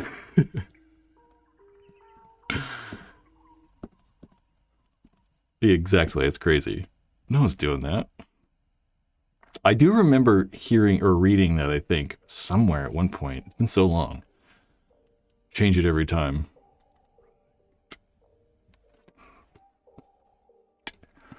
Right.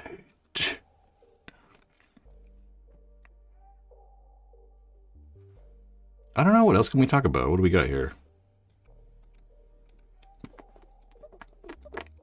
I don't think anything. Sometimes I miss stuff. What's something cool that happened we didn't talk about if you've been here for a while? What's something cool that happened I don't know anything about?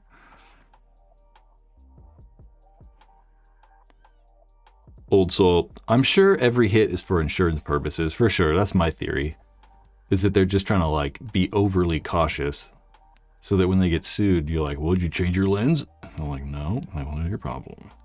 You're supposed to change it once a week.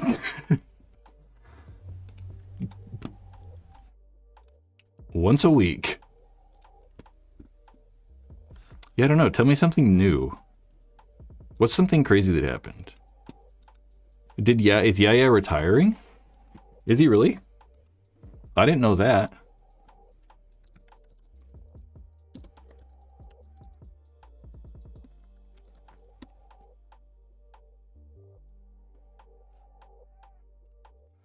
So you guys said Matt the Gym Rat is going to play for who? Diesel, right?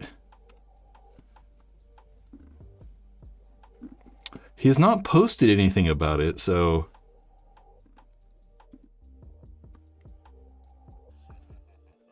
I don't know. What are we saying here? I miss the old HD lenses and smoke fade. Yeah, I really liked the fade lenses. I've always been a fan of that. The fade lenses. There's a couple companies. I mean, JT's still making the fade lenses. I think that, I don't know. Carbon might have some.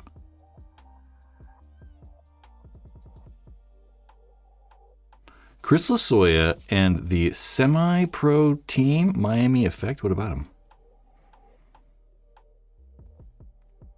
Matt Marshall talking with Clint Johnson about World Cup overshooting. What about it? I saw that there were some people on podcasts this week. Like I saw that some of the AC guys were on with Matt. That was probably it.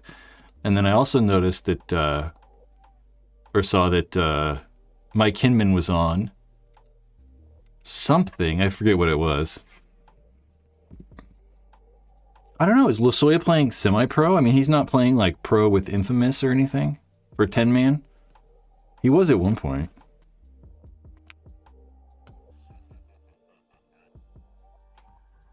Wait, so Lasoya's playing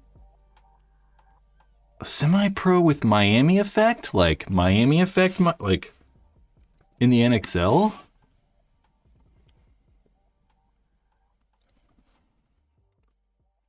Oh, thank God I'm logged in. Oh yeah, I'm Catholic too now. I converted to Catholicism during weekend. Okay, Tampa. Nope, that's practice. I don't want to look at freaking practice. Freaking practice, man. We're talking about practice. Let's open it up so everybody can see. Oh, so he has a jersey with his name on it.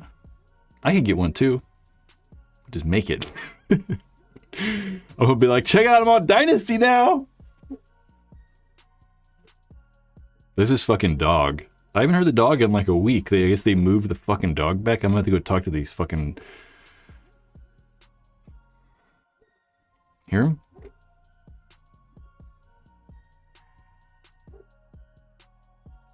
I know you heard that when I saw it on the microphone. Okay. No, let's practice again. No. Main event? Teams?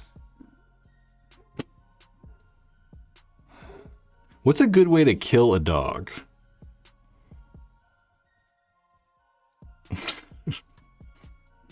That's gonna get us taken off the internet, probably.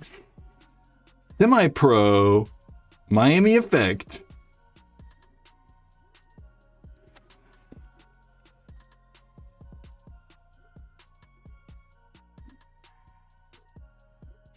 Chris is labeled as staff. I don't know who any of these guys are. Kelsey Kane's D1. Who's this guy?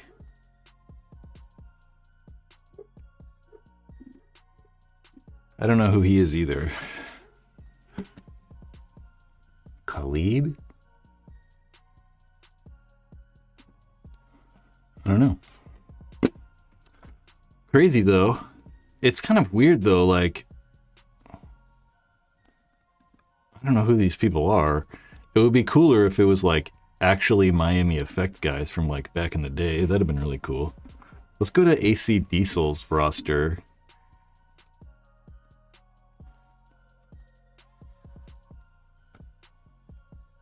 Nobody. Let's go to...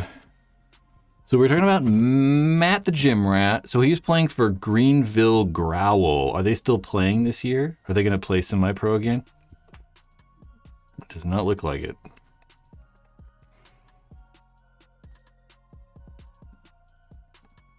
Let's see who's on DMG. So is this like D1 or like semi-pro Aftershock? Oh, look, there's NYX.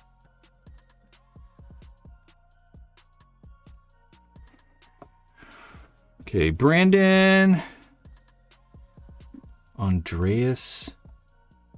Fucking shit, I can't say that name. Sorry, Andreas. Gavin Day.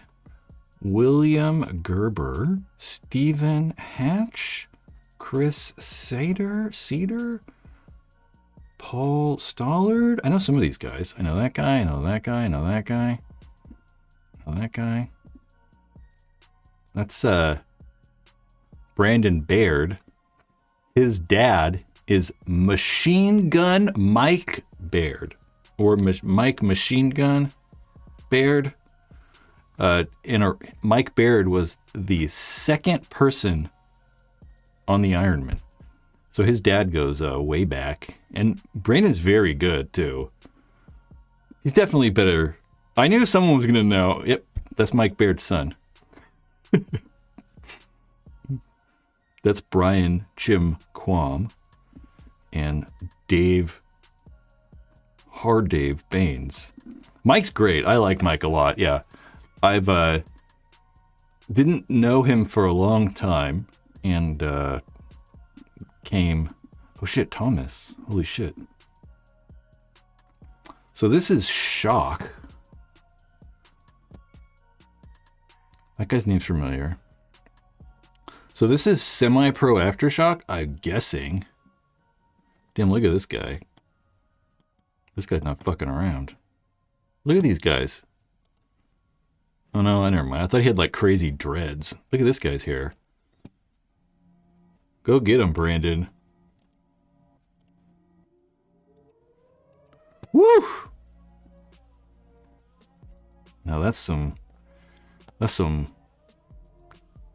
white guy hair if I've ever seen it. Looks like you should be hanging out with Ross Trent. You guys remember Ross? Who knows Ross Trent?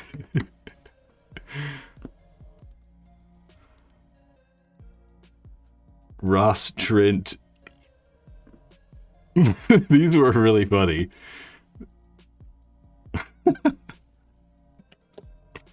Anyway. Oh, that's right. I was going to look at there was like another team I wanted to look at.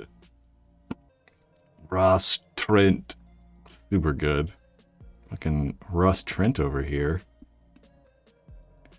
Oh, his name, it even says dreads in his name. Golly, dude. You look like you should be trying to hold a snake on a rope or something. That's a deep cut. So this is Shock. I guess we did look at the teams. I wanted to look at Shock. Oh yeah, the NYX roster.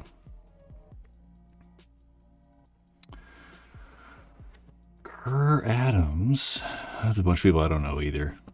I thought that was Post Malone for a second. I don't know why. Yeah, I don't know any of these guys. It's a mystery. Who knows? It's a bounce cap. Pretty much. It's funny. Dude, imagine wearing a mask like that. It's like I look at some of the guys like, you know, the football guys that have like dreads or big hair. And I'm like, dude, that's gotta suck wearing that helmet. You know, it's just kind of like, it's gotta be weird, you know? Because like, you need that helmet tight. And I imagine all that hair, it would like just, it wouldn't, the helmet probably wouldn't fit so great. I couldn't imagine. It would be really annoying. Back when the Iron Man meant smoking weed and hanging out in the woods with a pump gun. That's still what it means. Although the OG guys, they probably don't smoke that much. The old guys. Some of them definitely do, but it's not the woods anymore. It's like a hyperball field.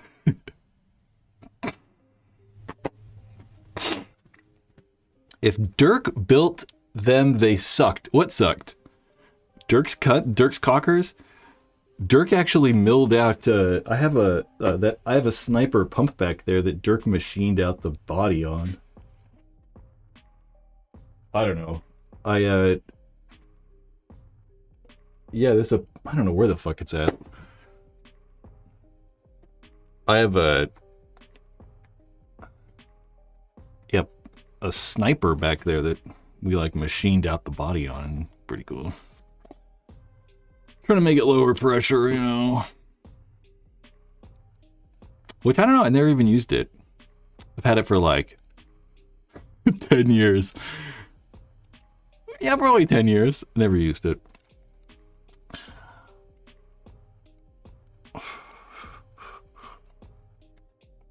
Dirk's like a real machinist, though. Alright, sons of bitches.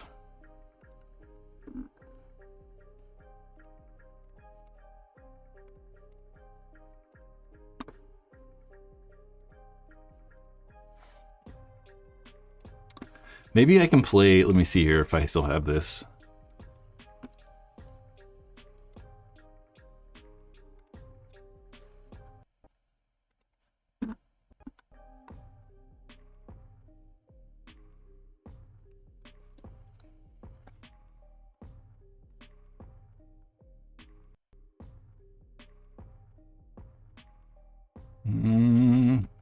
I guess not.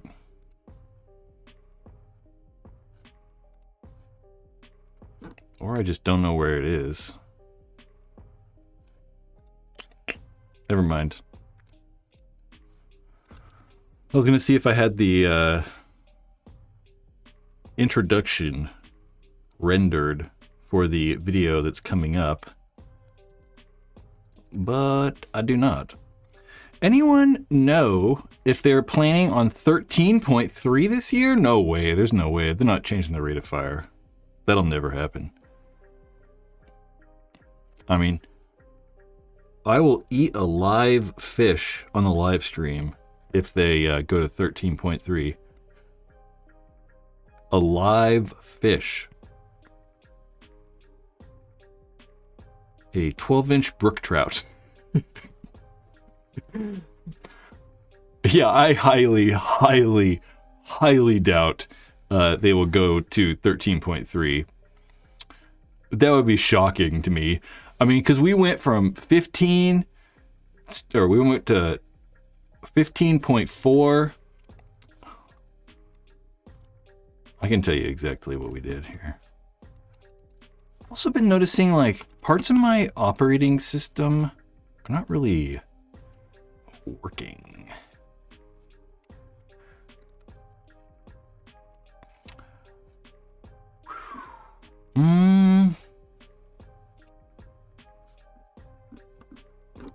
Is it in the rate of fire timeline?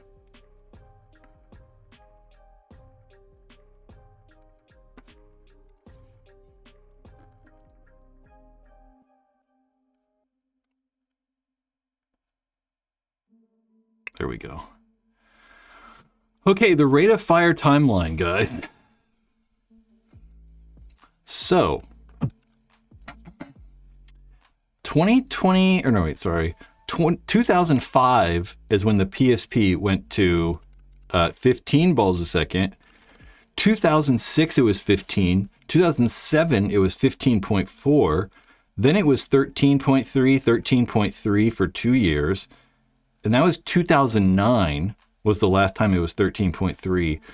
Then from 2010 to 2013, so 10, 11, 12, and 13, everybody in the PSP at least shot 12.5.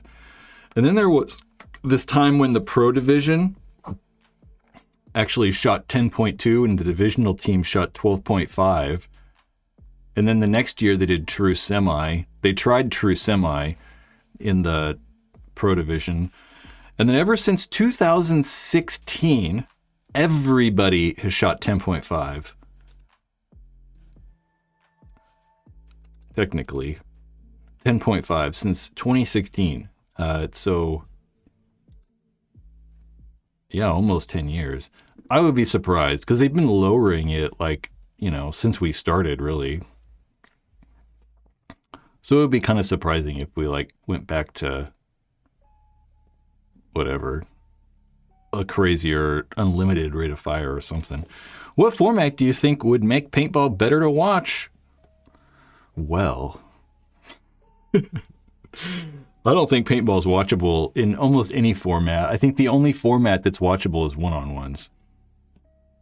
Other than that, I think for the average person, if you're not deep into paintball like we are, I don't think that it's watchable.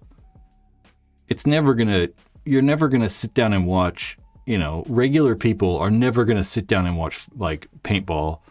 It's not watchable. It's not like another sport. It's not like football or basketball or soccer or hockey or lacrosse or indoor soccer or badminton or volleyball or field hockey or literally any sport is more watchable than paintball. Swimming, cycling, track cycling, BMX, skateboarding, snowmobiling, fucking shot put. I mean, you name it. I mean, literally every sport is more watchable. So I think one-on-ones is the only thing. Cole, I think player stories would make paintball more interesting to watch. Cole, you're a member? You're the man? For sure. And I think that that's one of the things that makes this year a little more interesting, right? Is that we actually have a lot of those stories, right? I mean, this year we have 3 brand new teams. We have a bunch of players shifting and moving around. So it's going to be interesting to see how those stories play out. But certainly one of the things that makes just sports more interesting is us personally knowing the players a little bit better, right? I mean, that's what all these sports leagues have done by trying to introduce us to players more. And the NXL and Major League Paintball, they do that. It's just they don't have the funding and the budgets and all that stuff to really, really push it, like I'd hope they'd like to. Or they would probably like to. Men's gymnastics and synchronized swimming is way more watchable. It's not called synchronized swimming anymore, though, right? Didn't they change that to like artistic swimming or something weird? Oh yeah, the dancing thing. What's that called too? Isn't it just called like rhythm dance or something? Again, way more watchable. Way more watchable. Chris, do the HK Alpha tanks or whatever? Do the HK Alpha tanks are worth the money? Yeah, for sure. I mean, they're not like much more expensive or different than the other tanks are, you know, so they're not like terribly expensive. But they're not necessarily better, right? I mean, they're all just kind of holding air. So one bottle, it's not going to like do anything different. It's not going to perform better or worse. But one thing it will do is be considerably lighter. So if you want that extremely light setup, those alpha bottles are definitely one of the ways to do it. But they are quite a bit shorter too, so they do feel kind of weird. You kind of got to get used to them, I think. The thing I don't like is they have a really flat back. They kind of like have a square back, where a lot of the tanks are just, you know, super round on the back. Those are kind of like flat and weird shaped.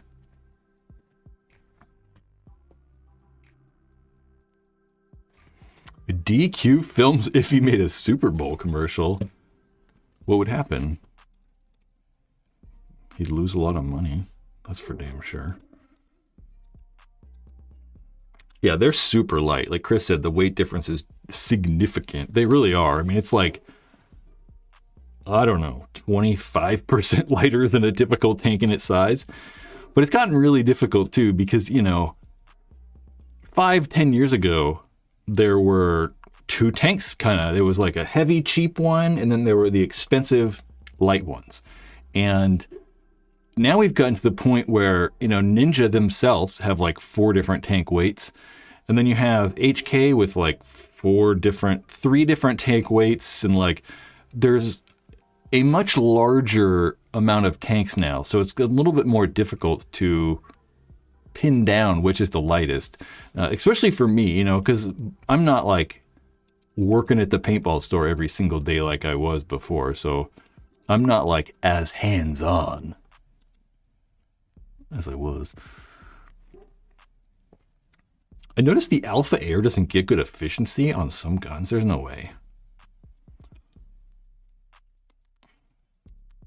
I mean, something's leaking, you know?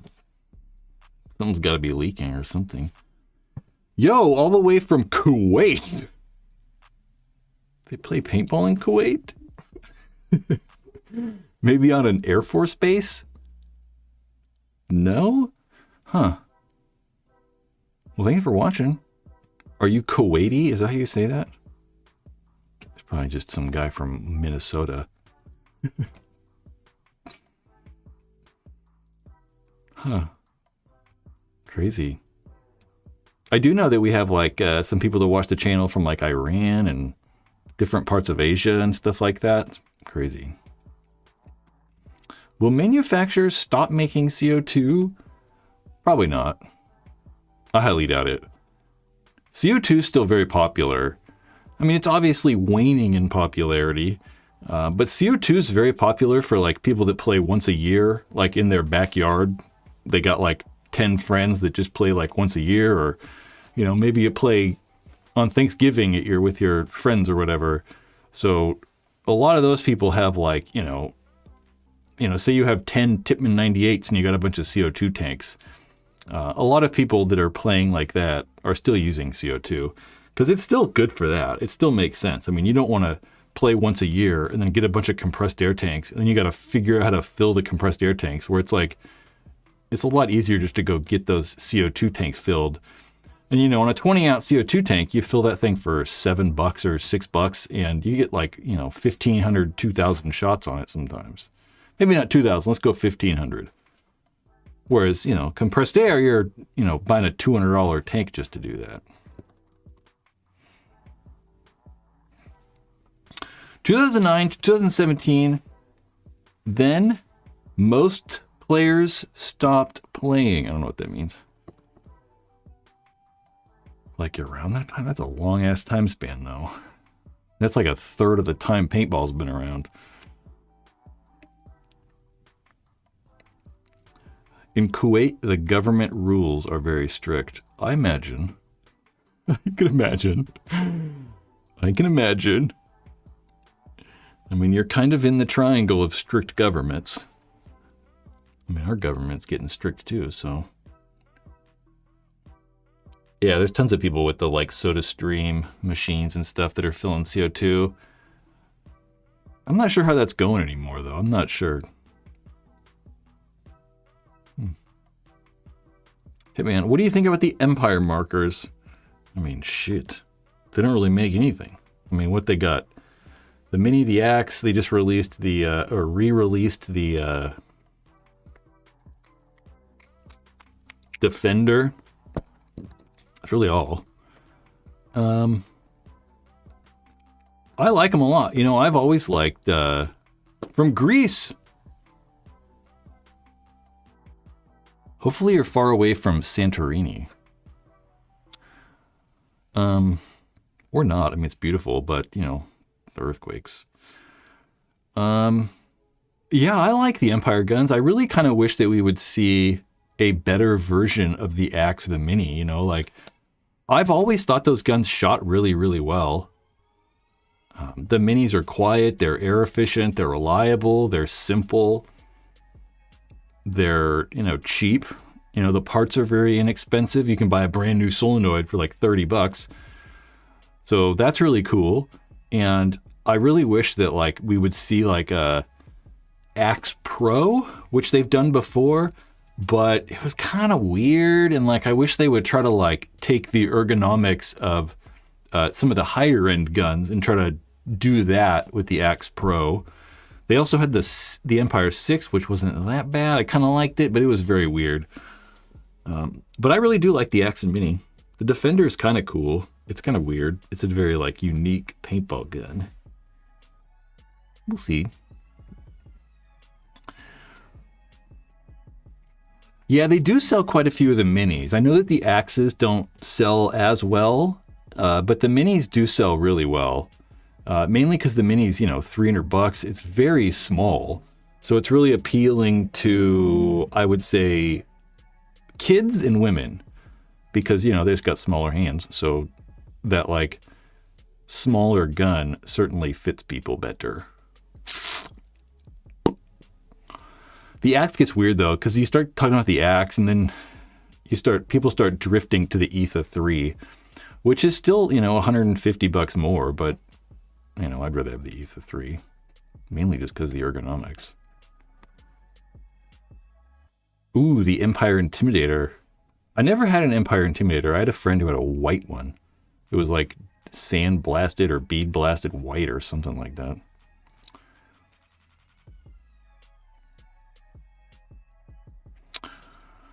Check Your Hopper says, holding the Mini even with small hands, most uncomfortable gun ever. Yeah, I could see that. I mean, I guess it just matters how small.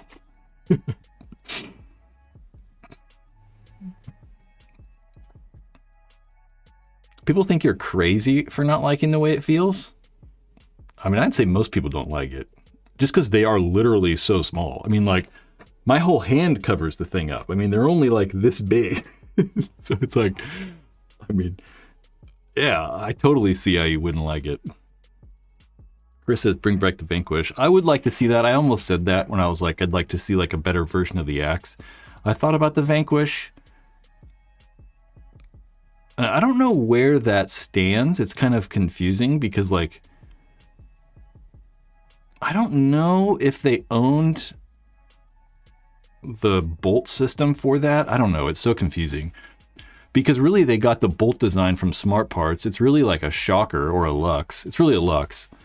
And it's like the same kind of style bolt system.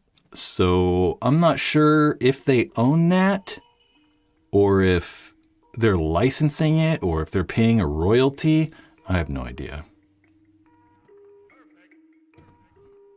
I don't know what the deal is with that. I don't think I've ever known. I'm trying to think if I ever even knew. I don't know. All right, I'm getting out of here. I want to go watch basketball. I'm going to go eat some chili.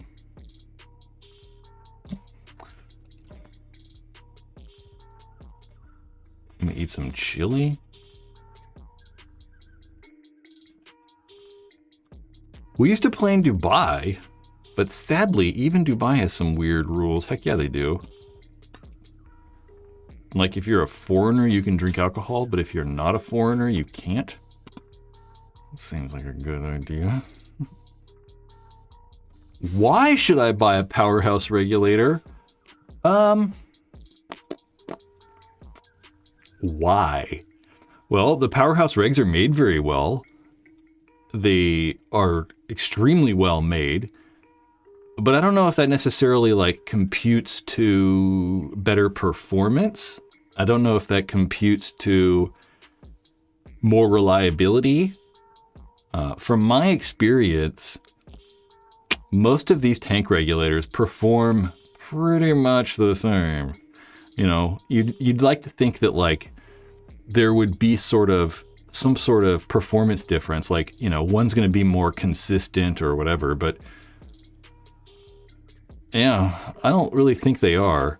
There's a couple guys who've done like extensive testing on tank regs, and I think the overall consensus is they don't really work all that much different than any of them.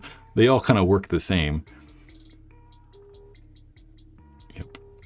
But if you want the best tank regulator, yeah, for sure, the powerhouse one's the best.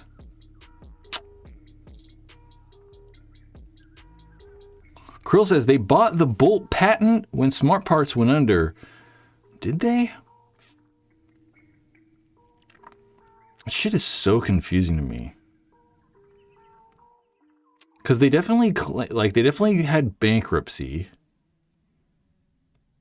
I don't know. Sounds right though.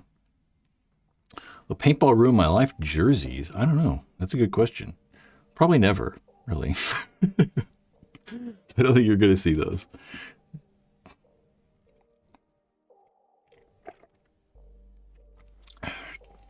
Yeah, I really liked the way the triggers felt on the